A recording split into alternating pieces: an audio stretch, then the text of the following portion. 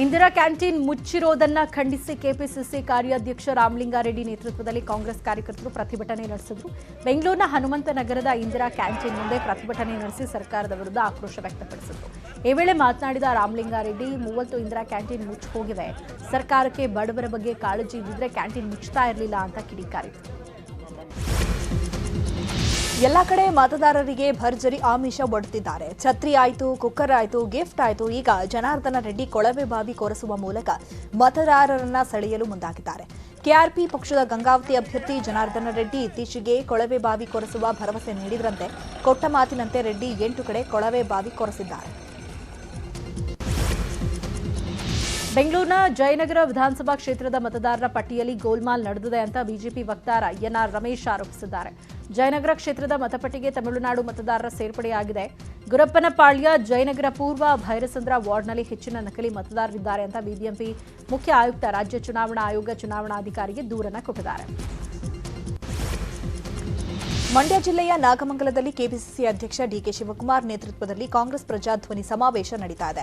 ಡಿಕೆಶಿ ಸಮ್ಮುಖದಲ್ಲಿ ಮನ್ಮೂಲ್ ಮಾಜಿ ಅಧ್ಯಕ್ಷ ಜವರೇಗೌಡ ಹಾಗೂ ಒಕ್ಕಲಿಗ ಸಂಘದ ಮಾಜಿ ಅಧ್ಯಕ್ಷ ಬೆಟ್ಟೇಗೌಡ ಕಾಂಗ್ರೆಸ್ ಪಕ್ಷಕ್ಕೆ ಸೇರ್ಪಡೆಯಾದರು. ಇನ್ನು ಬೆಂಗಳೂರಿನ ಕೆಪಿಸಿಸಿ ಕಚೇರಿಯಲ್ಲಿ ಕೆಲವೇ ಹೊತ್ತಿನಲ್ಲಿ ಬಿಜೆಪಿ ಪರಿಷತ್ ಸದಸ್ಯ ಪುಟ್ಟಣ್ಣ ಹಾಗೂ ಆಪರೇಷನ್ ಕಮಲ ರೂವಾರಿ ಉದಯ್ ಗೌಡ ಕಾಂಗ್ರೆಸ್ ಸೇರ್ಪಡೆ ಆಗಲಿದ್ದಾರೆ. ಮಾಜಿ ಸಚಿವ ಕೆಎಸ್ ಈಶ್ವರಪ್ಪ ನಿನ್ನೆ ಮಂಗಳೂರಿನಲ್ಲಿ ಭಾಷಣ ಮಾಡ್ತಾ ಇದ್ದ ವೇಳೆ ಆಜಾನ್ ಕೂಗಿದ್ದಕ್ಕೆ ಕಿಡಿಕಾರಿತು. ನನಗೆ ಎಲ್ಲಿ ಹೋಗಿದ್ರು ಇದೊಂದು ತಲೆನೋವು ತಪ್ಪಲ್ಲ, ಮೈಕ್ನಲ್ಲಿ ಕೂಗಿದ್ರೆ ಮಾತ್ರ ಅಲ್ಲಾಗೆ ಕೇಳಿಸೋದು ಅಂತ ವಿವಾದಿತ ಮಾತುಗಳನ್ನಾಡಿದ್ರು. ಈಗ ಈಶ್ವರಪ್ಪನವರ ಮತ್ತೊಂದು ವಿಡಿಯೋ ವೈರಲ್ ಆಗಿದೆ. ಶಿವಮೊಗ್ಗದ ಮುಸಲ್ಮಾನರು ಗಲಾಟೆ ಮಾಡೋರಲ್ಲ, ಹಿಂದೂಗಳಲ್ಲೂ ಕೆಲ ತಲೆಹರಟೆಗಳಿದ್ದಾರೆ ಅನ್ನೋ ಮೂಲಕ ಹೊಸ ವಿವಾದ ಹೊತ್ತಿಸಿದ್ದಾರೆ. ಶಿವಮೊಗ್ಗದಲ್ಲಿರಂತಹ ಮುಸಲ್ಮಾನರು ಗಲಾಟೆ ಮಾಡೋರಲ್ಲ, ನನಗೆ 100% ಗೊತ್ತು.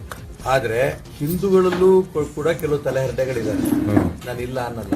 ಮುಸಲ್ಮಾನರಲ್ಲೂ ಕೂಡ ತಲೆಹರಟೆಗಳಿದ್ದಾರೆ. ಆದ್ರೆ ಏನ್ ಪ್ರಶ್ನೆ, ಹಿಂದೂಗಳಲ್ಲಂತ ಮುಸಲ್ಮಾನರು ತಲೆಹರಟೆ ಮಾಡೋದು, ಮುಸಲ್ಮಾನರಲ್ಲಿರೋಂಥ ತಲೆಹರಟೆ ಕೆಲಸ ಮಾಡಿದ್ದು, ಅಲ್ಲಿಂದ ಗಲಾಟೆಗಳು ಶುರು ಆಯಿತು. ಅಲ್ಲೊಂದು 4 ಜನ, ಇಲ್ಲೊಂದು 4 ಜನ. ಇಲ್ಲ ಅಂತಂದ್ರೆ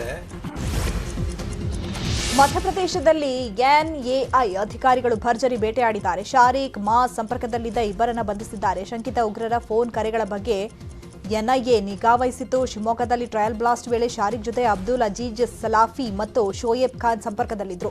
4 ಶಂಕಿತ ಉಗ್ರರು ಟೆಲಿಗ್ರಾಮ್ ಗ್ರೂಪ್ ಸದಸ್ಯರಾಗಿದ್ದರು. ಇದೀಗ ಮತ್ತೆ ವಿಧ್ವಂಸಕ ಕೃತ್ಯ ಎಸಗುವ ಬಗ್ಗೆ ಚರ್ಚೆ ನಡೆದಿತ್ತು. ಆದ್ದರಿಂದ ಮಧ್ಯಪ್ರದೇಶದ ಸಿಯೋನಿಯಲ್ಲಿ 2 ಶಂಕಿತ ಉಗ್ರರನ್ನ ಎನ್ಎಐ ಅಧಿಕಾರಿಗಳು ಅರೆಸ್ಟ್ ಮಾಡಿದ್ದಾರೆ. ಬಂಧಿತರನ್ನ ಬೆಂಗಳೂರು ಎನ್ಐಎ ಕಚೇರಿಗೆ ಕರೆತರುವ ಸಾಧ್ಯತೆ ಇದೆ. ಕಾಫಿನಾಡು ಚಿಕ್ಕಮಗಳೂರಿನಲ್ಲಿ ದರ್ಗಾ ವರ್ಸಸ್ ದೇವಾಲಯ ದಂಗಲ್ ಜೋರಾಗಿದೆ. ಹಜರತ್ ಸೈಯದ್ ಬೂತ್ ಶಾ ದರ್ಗಾದೊಳಗೆ ಹಿಂದೂ ದೇವಾಲಯದ ಕುರುಹುಗಳಿವೆ. ಆದ್ದರಿಂದ ಇದು ದರ್ಗಾ ಅಲ್ಲ, ದೇವಾಲಯ ಅಂತ ಹಿಂದೂ ಸಂಘಟನೆಗಳು ಹೋರಾಟ ಮಾಡುವುದಕ್ಕೆ ಸಜ್ಜಾಗಿವೆ. ಚಿಕ್ಕಮಗಳೂರು ತಾಲೂಕಿನ ಮಹಜಿದ್ ಗ್ರಾಮದಲ್ಲಿ ಸಂಪೂರ್ಣ ಕಲ್ಲಿನಿಂದ ನಿರ್ಮಾಣವಾಗಿರುವ ಪುರಾತನ ದರ್ಗಾ ಇದೆ. ದರ್ಗಾದಲ್ಲಿ ಹಿಂದೂ ದೇವಾಲಯದ ಕುರುಹುಗಳಿವೆ. ಸದ್ಯ ದರ್ಗಾದ ನವೀಕರಣ, ಗುಂಬಸ್ ಕಾಮಗಾರಿಗೆ ಹಿಂದೂ ಸಂಘಟನೆಗಳ ವಿರೋಧ ವ್ಯಕ್ತವಾಗಿದ್ದು, ಕಾಮಗಾರಿ ನಿಲ್ಲಿಸುವಂತೆ ಜಿಲ್ಲಾಡಳಿತಕ್ಕೆ ಆಗ್ರಹಿಸಿವೆ. ವಿವಾದದ ನಡುವೆಯೂ ಕೋಲಾರ ನಗರದಲ್ಲಿ ಟಿಪ್ಪು ನಿಜ ಕನಸುಗಳು ಅನ್ನೋ ವಿವಾದಿತ ನಾಟಕ ಪ್ರದರ್ಶನಗೊಂಡಿದೆ. ನಗರದ ಟಿ ಚೆನ್ನಯ್ಯ ರಂಗಮಂದಿರದಲ್ಲಿ ನಾಟಕ ಪ್ರದರ್ಶನ ಆಯೋಜಿಸಲಾಗಿತ್ತು. ಇದಕ್ಕೆ ಕೆಲ ಸಂಘಟನೆಗಳು ತೀವ್ರ ವಿರೋಧ ವ್ಯಕ್ತಪಡಿಸಿದ ಹಿನ್ನೆಲೆ ಪೊಲೀಸರು ಬಿಗಿ ಬಂದೋಬಸ್ತ್ ಮಾಡಿದರು. ನಾಟಕ ನಿರ್ದೇಶಕ ಅಡ್ಡಂಡ ಸಿ ಕಾರ್ಯಪ್ಪ ನಿರ್ದೇಶನದಲ್ಲಿ ಟಿಪ್ಪು ನಿಜ ಕನಸುಗಳು ನಾಟಕ ಪ್ರದರ್ಶನಗೊಂಡಿದ್ದು, ಸಂಸದ ಮುನಿಸ್ವಾಮಿ ಸೇರಿದಂತೆ ಹಲವು ಬಿಜೆಪಿ ಮುಖಂಡರು ಭಾಗಿಯಾಗಿದ್ದರು.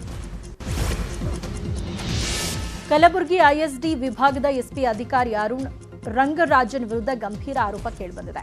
ಮಹಿಳಾ ಎಎಸ್ಐ ಜೊತೆ ಅಕ್ರಮ ಸಂಬಂಧ ಹೊಂದಿದ್ದಾರೆ ಅಂತ ಮಹಿಳಾ ಎಎಸ್ಐ ಪತಿ ಹೆಡ್ ಕಾನ್ಸ್ಟೇಬಲ್ ಕಂಟೆಪ್ಪ ಆರೋಪಿಸಿದ್ದಾರೆ. ಲೇಡಿ ಎಎಸ್ಐ ಹಾಗೂ ಅರುಣ್ ರಂಗರಾಜನ್ ಮನೆಯಲ್ಲಿ ಸಿಕ್ಕಿಬಿದ್ದಿದ್ದಾರಂತೆ.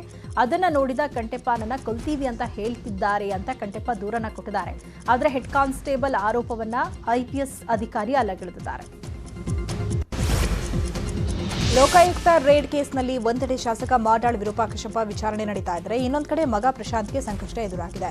ಲೋಕಾಯುಕ್ತ ಪೊಲೀಸರು 3 ದಿನ ಪ್ರಶಾಂತ್ನನ್ನ ತಮ್ಮ ಕಸ್ಟಡಿಗೆ ಪಡೆದಿದ್ದಾರೆ. ಈ ನಡುವೆ ಮಾಡಾಳ್ ಬಂಧನಕ್ಕೆ ಒತ್ತಾಯಿಸಿ ಕೆಆರ್ಎಸ್ ಪಾರ್ಟಿ ಲೋಕಾಯುಕ್ತ ಕಚೇರಿ ಬಳಿ ಪ್ರತಿಭಟನೆ ನಡೆಸಿತು.